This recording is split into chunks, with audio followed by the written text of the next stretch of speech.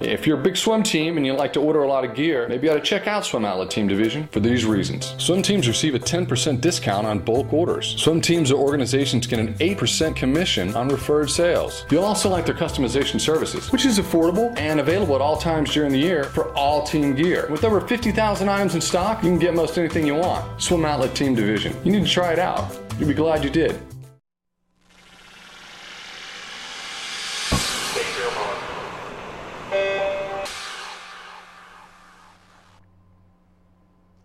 This is the Morning Swim Show for Monday, January 6, 2014. I'm your host, Jeff Cummings. Joining me in the Finney's Monitor on today's show will be Chesapeake Bay Aquatic Club head coach Julio Zarate. If you don't see him on deck coaching, chances are you'll find him in his studio honing his craft as an artist. He's painted a few pieces featuring swimmers as the subjects, though swimming does not comprise his complete repertoire. To talk about that and more, Coach Zarate joins us from the pool at St. Mary's College of Maryland in St. Mary's City. Julio, it's good to see you. How are you today? Well, thank you. Well, it's good to have you. First of all, I want to talk about this interesting location you have for your studio where you do most of your painting. I understand it's an unused room there at the pool where your team trains. Is that correct? Yeah, for the most part. It was was supposed to be a team room or lifeguard room just off deck that wasn't really being used for much. The college team hadn't really kind of settled in there yet, and the lifeguards, I don't even know if they know it exists, but talked to the head coach here, Andre Barbans, he's also the aquatics director, and asked him if he wouldn't mind if I took it over and used it as studio space, considering I'm at the pool pretty much all day long every day. So if I wanted to paint, that was sort of a logical place for me to try to do that. So. And how often would you say you're in there working on something? It depends. Depends on the time of season. I mean, the last, gearing up for December for going to junior nationals, and we hosted a meet here at the college. The North Baltimore Aquatic Club Christmas meet was held here. So leading up to that, didn't spend a lot of time painting. I was, mostly focused on what our swimmers were doing. But I try to make some time. It's kind of a balancing act, but try to make some time in between some of the workouts and then on the weekends. Well, we're going to show some of the pieces of art that you've done, especially the ones featuring swimmers. What was the inspiration for you for these particular swimming works of art? Swimming ones, really, it's just, for me, I think painting should be sort of about you. It should be something personal. And for me, swimming has been my life basically since I was 11 years old. So it was sort of a natural subject to kind of take on. And I'm kind of I like the look of swimming, I guess. Just watching the pool. I spend hours and hours on the pool deck, watching swimming, watching the pool. So it's kind of where that inspiration for painting that came from. And as I said, swimming isn't just the only subject you focus on. Tell us about some of the other kind of topics you address in your paintings. Yeah, well, a lot of the newer stuff that I've been doing, the focus really is trying to come up with a style of painting that is, I don't want to say more modern, because it really does take a lot of my influences from studies in college, from classical painting, sort of classical oil paintings, but trying to incorporate a lot of what sort of inspires me now. And a lot of that growing up through high school was sort of like graffiti and the graffiti art style, and more of that, like leaning towards that way. So trying to figure out a way to balance sort of a classical approach of oil painting and adding some elements that are a little more modern. Well, as you said, you're on the deck hours and hours almost all day long, so I would imagine painting kind of is a little bit of a stress reliever for you. Without a doubt.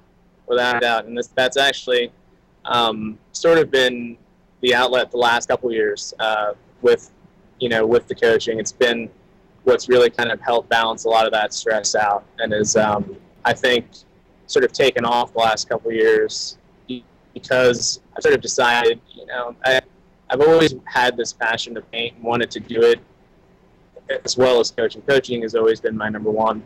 As soon as I decided to do that, started to coach, but I always had this goal that I was going to be a head coach and be successful as a coach, but be able to spend time doing painting. And for probably the first 6 or 7 years after college, I didn't really paint very much at all.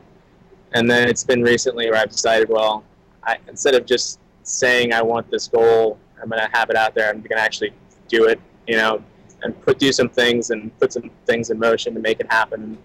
It's kind of what I've been doing the last 2 years anyways. It's sort of forcing myself to make time, but the benefit of that is, like you said, I think it's been really good for me as far as putting some perspective on what I'm doing all the time and making things a little bit less stressful. So, do you sell any of your paintings? I do. I actually just started recently. I mean, I've sold a couple paintings here and there over the years, but just recently put up a website where all of the some paintings and some of the paintings that I have now are sort of available as prints, but the originals are also for sale. But and what's that's kind of where I'm at with it. And actually, you can actually link to it on Facebook. I've got a fan page on Facebook, an artist page on Facebook. It's just called Julio Paints, and if you just type that in the search, you'll find it. And there'll be a link to where you can actually purchase those paintings if you're interested. Well, I think probably something you should consider is putting one of your paintings or a couple of them up for auction at the Golden Goggles. I know they have a silent auction every year, and I would imagine something like a painting of a swimmer, which you don't see a lot, will probably fetch a good price. That would be awesome. I'd love to do something like that. And that was actually not the auction part, but the fact that you don't see, lots of art with swimmers, and it was part of the other reason why I decided to use that as a theme when I did that series. I think being a swimmer growing up, sort of watching other sport athletes and sort of being jealous of the recognition they get, I think it's always been one of my dreams to kind of promote the sport a little bit like that and sort of give some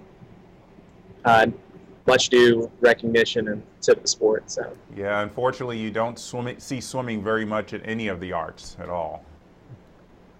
Right. Well, correct me if I'm wrong, but when you were talking about your life as an artist, you said you were studying it in college. Is that correct? Yes. I actually went to St. Mary's College. This is where I work out of now. And I came to college not as a art major or wanting to do art, actually. I was sort of undecided. I started as a history major, thought I would teach. Then I took an art class because I had a passion for it growing up, kind of put it aside when I got to school thinking I should probably do something a little more concrete than paint because I didn't know that I could do anything with it.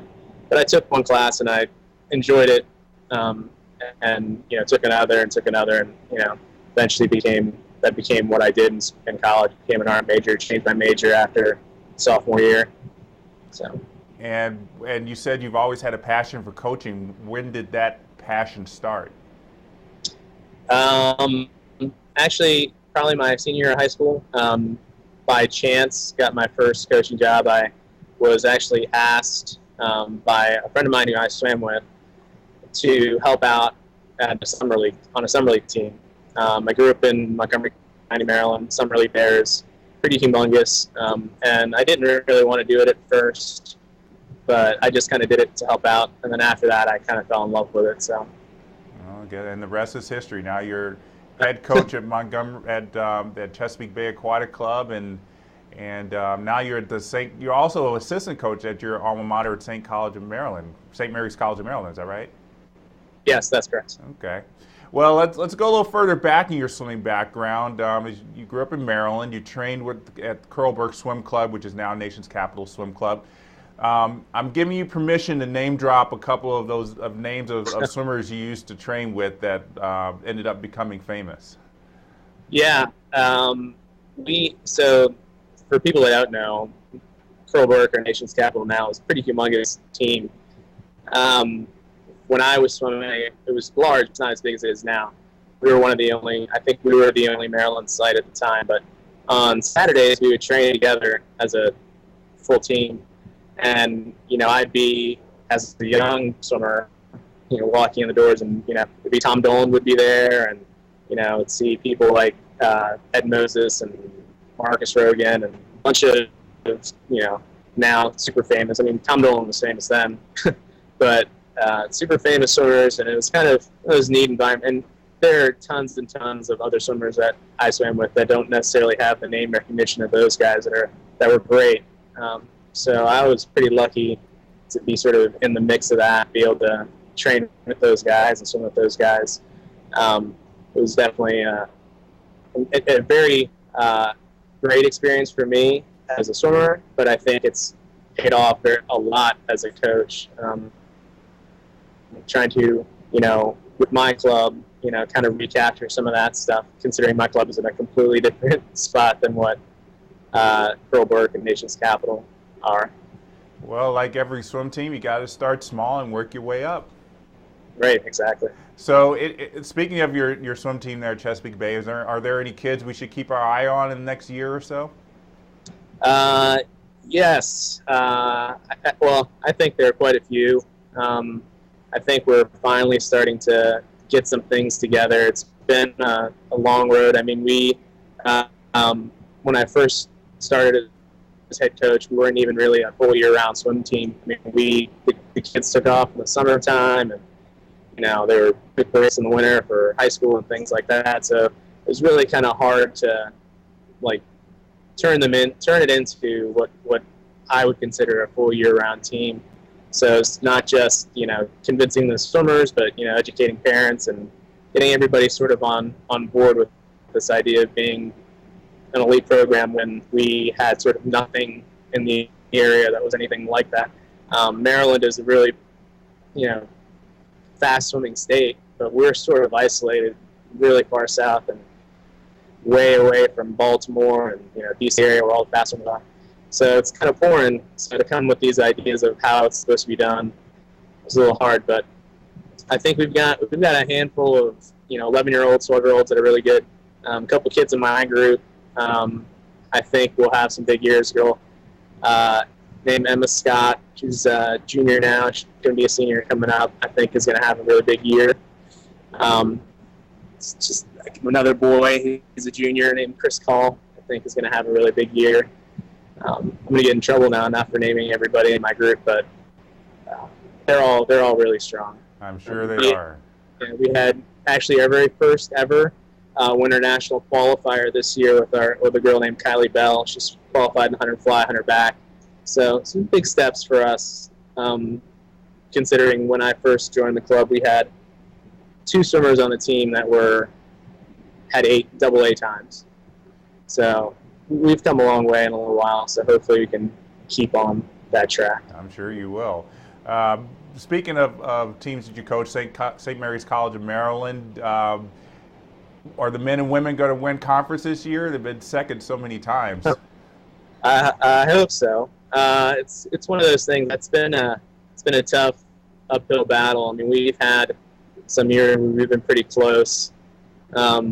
This year is going to be a little tougher. We had a tough recruiting go of it last year, not because of lack of desire to come to St. Mary's College. I mean, we've got an incredible facility. Our school's great. Program's been getting better and better. It's just we've had some issues with increase in tuition and support as far as money for athletes and for scholarships for education and stuff. So it makes it tougher to compete with some of the other schools, but we're working on it. I hope so. Well, you sound like a coach who's getting there on the ground level and keeps getting better every year. And I think you definitely are on the way there. Yeah. Well, Julio, before we let you go, we want to submit you to the final 5. These are 5 questions we ask all of our guests. And so we're going to start with the first question, which is, if you could change the order of strokes in the individual medley, how would you change it? I would put breaststroke first. Get it out of the way, I guess? Yep. Besides coaching and I guess painting, being an artist, what's a career or job you would most like to try? I always said when I was growing up I wanted to be either a professional surfer or a rock star. Seems pretty easy. Pretty fun life. Yeah, I'm sure they are. And on the flip side of that, what's a career or job you know you would not like to try?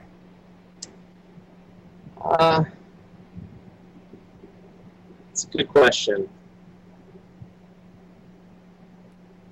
I don't really know. Lawyer, maybe. Yeah, having to have somebody's life in your hands is probably pretty tough. If you could change or add any of the rules in the swimming rule book, what would it be? I'd take out the dolphin kick and the breaststroke, and I would, and the breaststroke pull-out, I mean, and then actually had a swimmer DQ'd recently for pushing it off on their back in the butterfly. So there's some weird little turn rules that I don't think affect, the swims very much, that are, little picky, that I don't care for. But. Okay. Last question, where do you like to go for vacation? Vacation? What's vacation? Yeah, the beach. If I have a chance, I like going to the beach. Yeah, well, that's cool. Well, I'm sure you'll have plenty of time to do that once the season ends pretty soon here, Julio. Thanks so much for joining us. Congratulations on the success you're having on deck, and we love the fact that you're able to express yourself in your paintings, and we wish you all the success in that in the future. I really appreciate it. Thank you for having me on. Our pleasure. So that's going to wrap it up for today's edition of the Morning Swim Show. If you need to catch up on any shows you've missed, you can find them on the Morning Swim Show page at swimmingworld.tv. I'm Jeff Cummings. Thanks for watching.